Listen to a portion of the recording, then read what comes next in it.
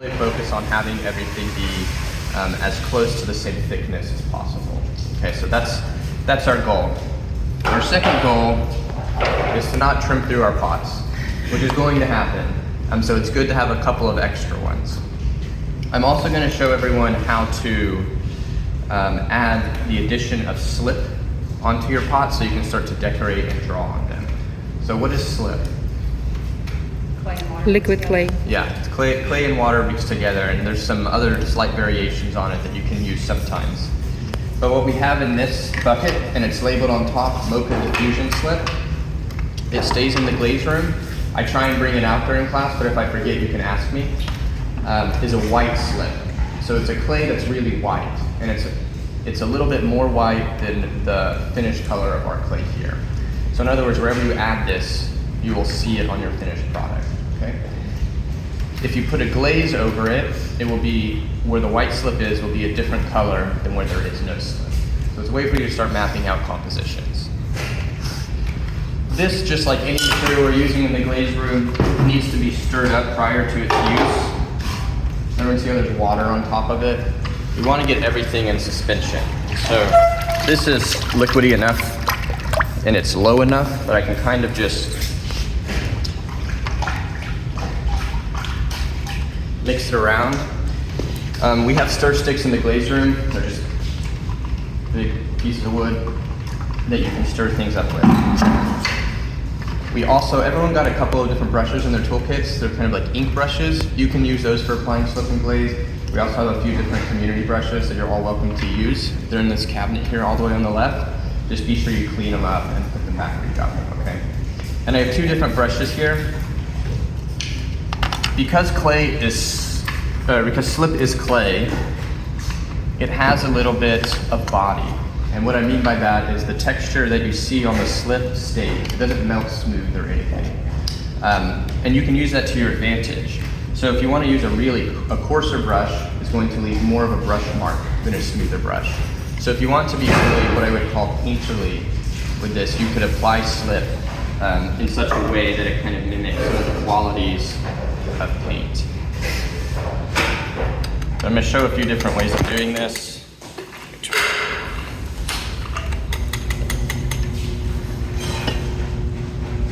So I can put this on the wheel, and while it's spinning, right, this is going to give me a really clean exterior.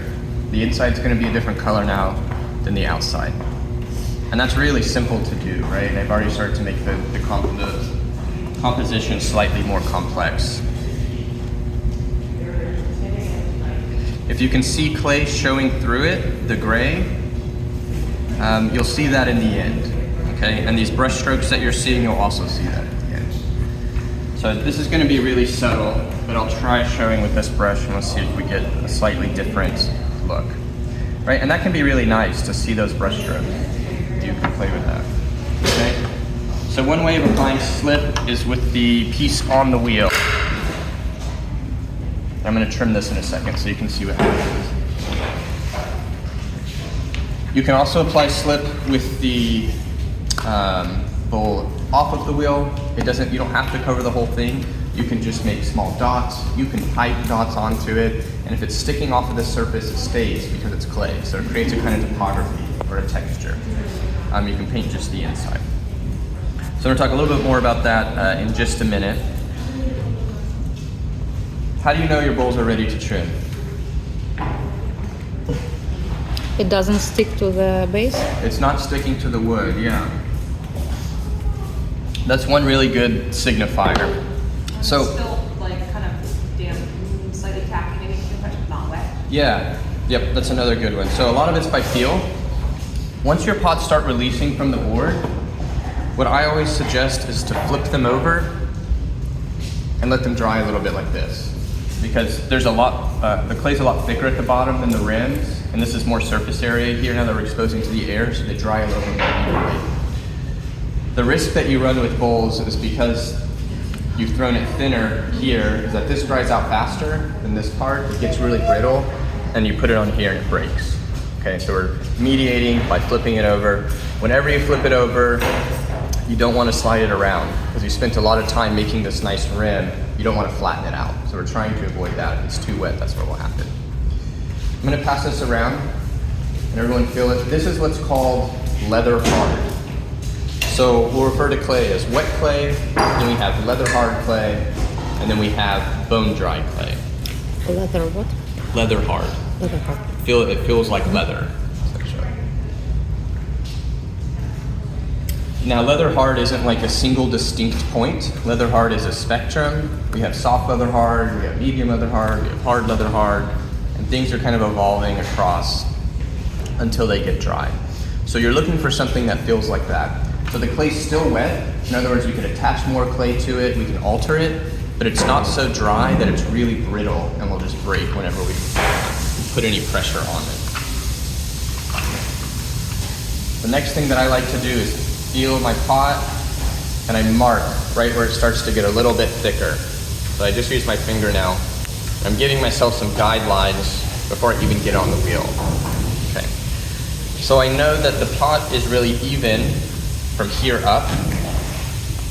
I don't need to trim anything beyond this point, right? I don't need to remove any clay here. I've already done that work. I've already thrown the pot nice and even. Just don't mess with it here. We're only trimming it where it's thicker so that we can match the thickness to what we've already thrown. I'm gonna put it upside down. And the first step, just like always, is centering it, okay? There's a couple of ways of centering.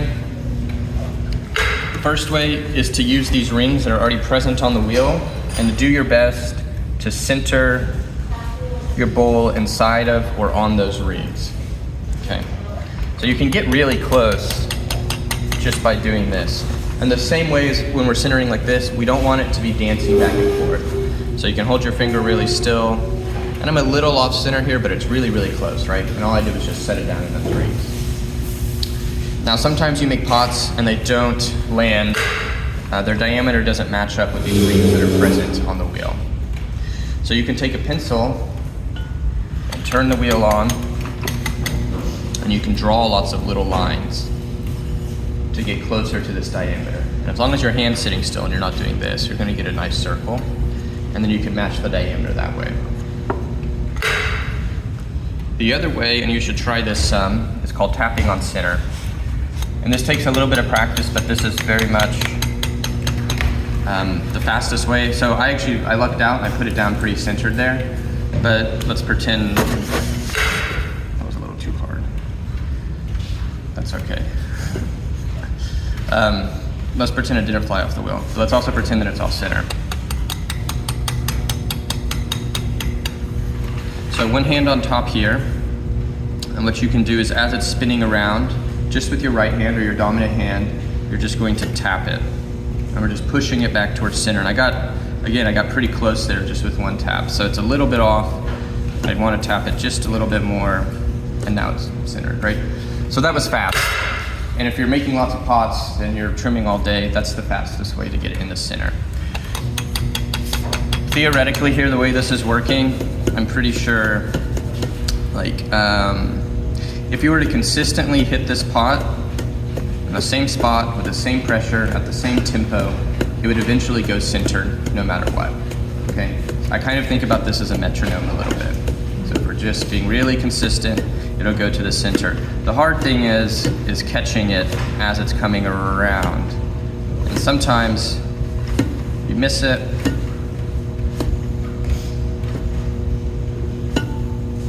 and you have to time it.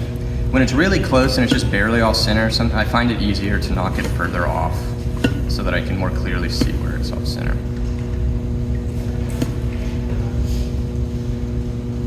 Okay, so that's really close. That's close enough for me. This is why it's also important to make the undercut, because if you forget to make this undercut, all of a sudden you have an oval shape or some irregular shape here, and it's very difficult to center it because it's always moving out of line. So if this is an irregular shape, what you can do is just watch the rim of your bowl and center this circle and not worry about this. Okay.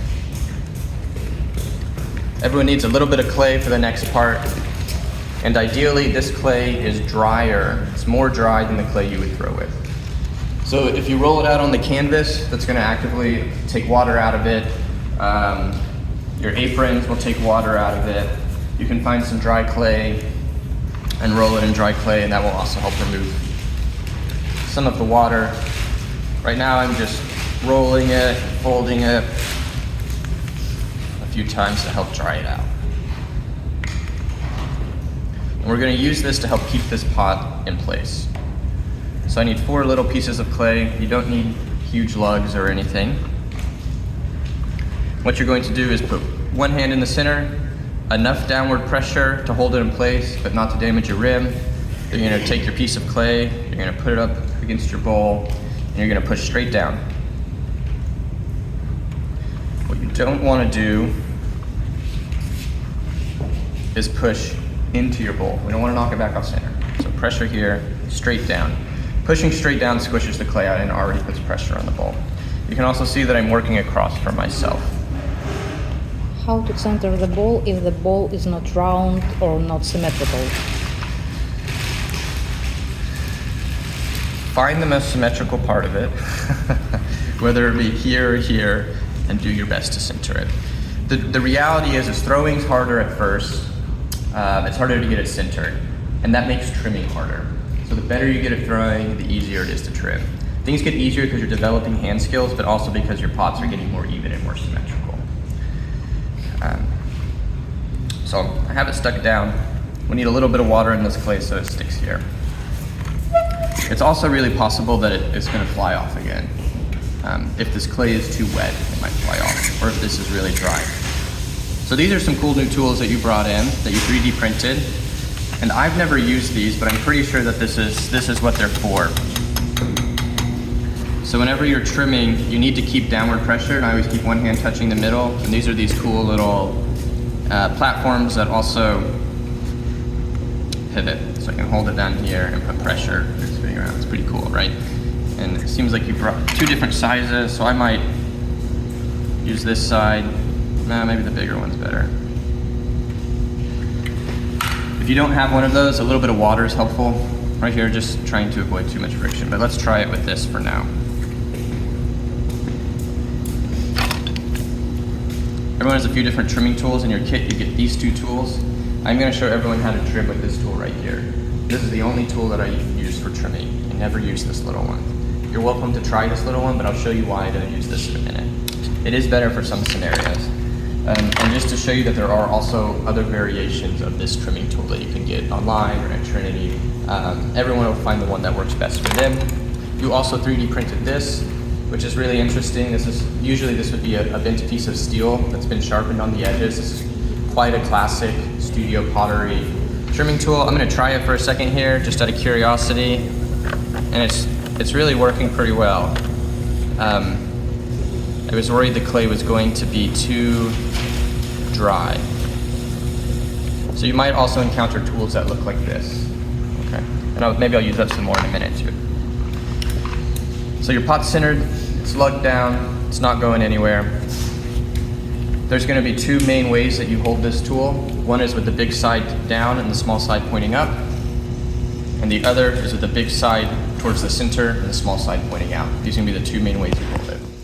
Just like with throwing, you're trying to touch your body, hold your wrist, have your body touching each other, okay? So I'm going to start like this, and I'm only ever going to trim it in the same area that I would throw, which is right at 3 o'clock, not here. And if you imagine trying to trim here, it's going to grab my tool and push it. So we're only ever trimming right here. And I'm going to start by just pushing in towards the center and giving myself more of a vertical wall here. Now this, I haven't used this before, and it's making my hands are acting a little bit differently. Typically I would try and have my thumb touching my other hand like this, and you can see my elbows are in really tight. My right elbow's down on my leg. And what I'm doing is pushing in and really deciding what the diameter, the exterior diameter of the foot's going to be. And this is your first big formal design decision. I don't have any huge suggestions on how wide your foot should be, okay? I want you to play around with that a little bit. What I will say is that a bowl with a smaller diameter is going to topple easier. And so that means that we might only use it in particular scenarios, right? The wider the foot is, the more stable it is. And those are both options. I think that I'll do one with a smaller foot in a minute too, because it can look really nice. And it means maybe you just use it for particular occasions. But I'm going in here, we're gonna say this bowl is meant to be used really often, so I'm gonna leave a little bit of a wider foot. And that looks pretty close to me, okay? So it was big end down, small end up, just pushing towards the center this way. Now the second position is this, big end towards the center, small end out. So I've created a corner right here. Does everyone see that? I'm gonna set my tool, house it right in that corner, hand in the middle, and now I'm gonna push down a little bit until I'm cutting some clay, and then I'm gonna roll my tool out. Paying attention to those marks that I left earlier. And I think I just trimmed over them. So I don't really need to trim any further than what I've trimmed right here. There's no reason for me to be trimming down here at all. If you trim down there, you're likely to really square off your rim and ruin the work that you've already put into the bowl. So again, I'm in that corner, I'm pushing down, getting some clay, and then I'm rolling my tool out. Will we see the border between, Right here. no, between this and this part? It does look different, yes. Will we see the result after glazing? It depends on what glaze you use, but potentially yes. And I'll show you a way to get rid of that too in a minute. So I've done this, trimmed out. I'm gonna come back to the other direction and clean up that foot a little bit. And we're really close here, right? We're already looking like we got a bowl pretty much. There's a few minor things that I'm going to do and something else, couple of things I want to talk to you about. One thing is never trim the top unless you do everything you can to avoid ever trimming the top, okay? And if you are going to trim the top right here, start in the middle and move out all the way across. The difficulty with trimming, just trying to trim a very small top like this and a big tool or even a small tool is you don't have a lot of surface area to brace against. And you're going to end up doing this with your tool and you're going to gouge it and your foot's not going to be flat. But there are special tools with special form. Like a profile or something? Yeah, there probably are some profile tools that you can use. So I never trim the top unless I really absolutely have to for some reason. The amount of clay that I left at the bottom determines the height of my foot. So I really made all of these decisions that I'm now revealing when I was throwing. So as you continue to make bowls, you need to be thinking about what the finished product looks like. If you want a taller foot, it means leave more clay. Okay. I'm coming back here. I'm gonna trim a little bit more. These ribbons that are coming off are what you're looking for. This means the clay's at a really good trimming consistency. If it looks like sawdust, it's too dry, and it means you're breathing silica. And if it's really sticky and these are sticking a lot to the outside of the pot, it means that the clay is a little bit too wet. Now you can trim your pots when they're really wet. You run the risk of them collapsing if you trim them too thin. Okay.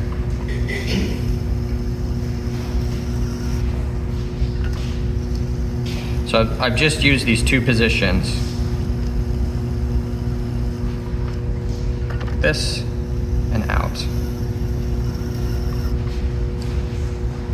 Now I use this tool with intention and purpose, and that's why it's the only tool I use. I'm not using it because it's the easiest tool. It's about to be a little bit harder to use this tool.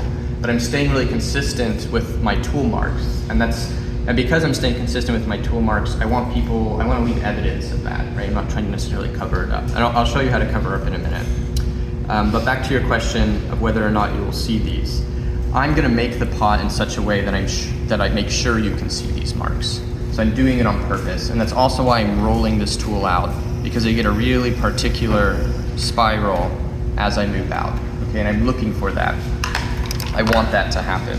Now if you're using this tool, the reason I don't recommend it, so one, you're just taking like tiny little bites. Does everyone see this line that's happening? It's hard to avoid that line because there's not a lot of surface area here and you're not trimming something that's flat, it's at an angle. So even if you have it tilted back or forward a little bit, that corner cuts into it. And I personally just really don't like those lines. Now you can decide you like them and that's okay. Maybe you should, if you like them, maybe you should do them on purpose. Like trim some lines in like this. You know, give it texture. This also, who's been in a drawing class before? Yeah. So I haven't drawn in a long time, truthfully. But one of the things that I learned as much as possible is to kind of try and make marks with intention in the same way. And a lot of times, and I still do this too, like up here, when you're first drawing, you're making lots of tiny little marks, trying to figure out what something looks like. That sort of looks, that I like the idea of that search, but it can also read as being very unsure of what you're doing. That's what these little lines make me think of. It doesn't feel like they're purposeful. Yeah, maybe you could be a bit timid, and there's nothing wrong with that either, you know, like being timid's okay, but I think that we just want to do everything with as much intention as possible. So I'm just trying this tool out for a little bit. See, it has this nice big surface area, which is going to give me these big marks, but bull looks okay, right? I have like generally good proportions. So it's time for me to do the inside of the foot. My next decision is to decide how wide the foot ring is. How can I make that decision? What should I base that width on? Yeah. So if the width of the foot is the same as the rim, you're going to be good. So make note of that before you turn your bowl over. I often will, it's not a bad idea to draw lines in just with your fingernail or something to get an idea of what it looks like. That last one I drew is closer to what I want. So this is the one time where I hold this tool differently. I use the small end,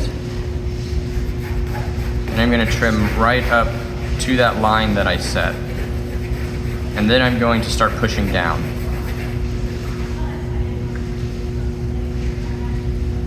Okay, so I've set another boundary for myself, foot ring.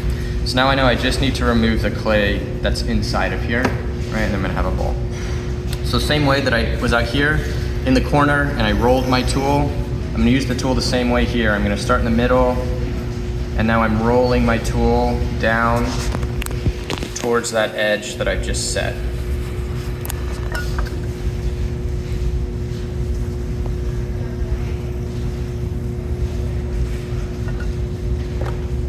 Does everyone see the inside of this foot is not flat? That's super important. It's not a really steep convex shape, but if I want my pot to be even, and I've thrown the inside round, then this part also needs to be the opposite, right? It needs to be round. If it's flat, it means there's extra clay in this corner right here.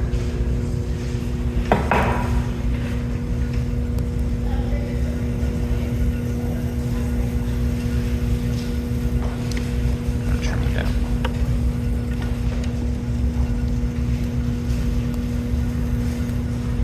Okay. I'm going to clean up the inside here. This is probably the hardest part for me, just so everyone knows. This might not be the hardest part for you. You might find a better way to do it than I do. But I hold the tool and I clean up this edge.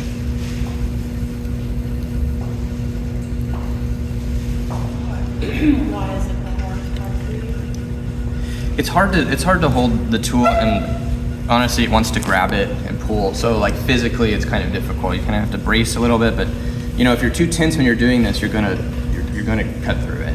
So it has to be like loose enough that the clay can move through the tool, but not so loose that it pulls your tool. And I think that this is better. Like that's a lot more clean, there's a lot more intention, but I still really don't like this spot right here where it goes from convex to concave. And that's because this tool's round. That's what it's doing. That's actually one of the advantages of this kind of tool, is that it has this straight edge here. But the way that I get around that is first I trim out the interior, then I shear up the interior edge, and then I come back here, starting in the middle, and I roll out towards that corner again with the edge of my tool all the way in it. And now I get a much straighter vault right there, in a much sharper corner. And I think that looks better. And this could be done. This would be a great foot. There's one thing that's super important to do, and if you take nothing else away from this in terms of the design, is to round this edge over. You've rounded your rim over. Have this just be just like your rim. Again, it's the most likely place for it to chip, is the foot or the rim. So this sharp edge, not only is it going to chip, but by the time this becomes fired clay, it's going to be really sharp. It's going to scratch your table or scratch whatever. So you can bevel the outside edge and the inside edge. That's a lot better. But the best thing to do is take the back of this tool and roll it over, or if the clay is wet enough, you can just use your finger and roll it over like that.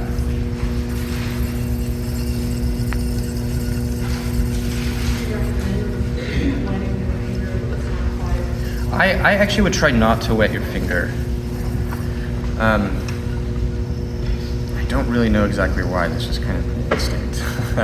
I think it'll make a bunch of slip on here from through the spinning. And what I'm doing here right now is really compressing it. It's like using a rib, like a silicone rib, and that compression, rather than water, also makes this really smooth. So it kind of burnishes it. Some people will go as far as wet sanding their pots after they've come out, so you get a really smooth bottom. But this is a quick way to make it a lot smoother. Water will wash away the clay and kind of reveal the sand. So this is okay. One thing, I'm gonna do another one just like with the throwing demo. I'm gonna do it a lot faster. But just to reiterate a few things, I'm gonna pass this around to all of you. How do you know how much to trim? Yeah. The bowl's upside down and you can't feel to see like, oh, have I gotten it to the same thickness? The best way to do it is to stop the wheel, pick it up, and feel it, and put it down. So that's a lot of work at first when centering it is hard, but it also means you won't trim through your pot, and you'll save your pot. So it's a trade-off for it. I'm gonna pass this around, and everyone can feel it. Tell me if it feels even or not.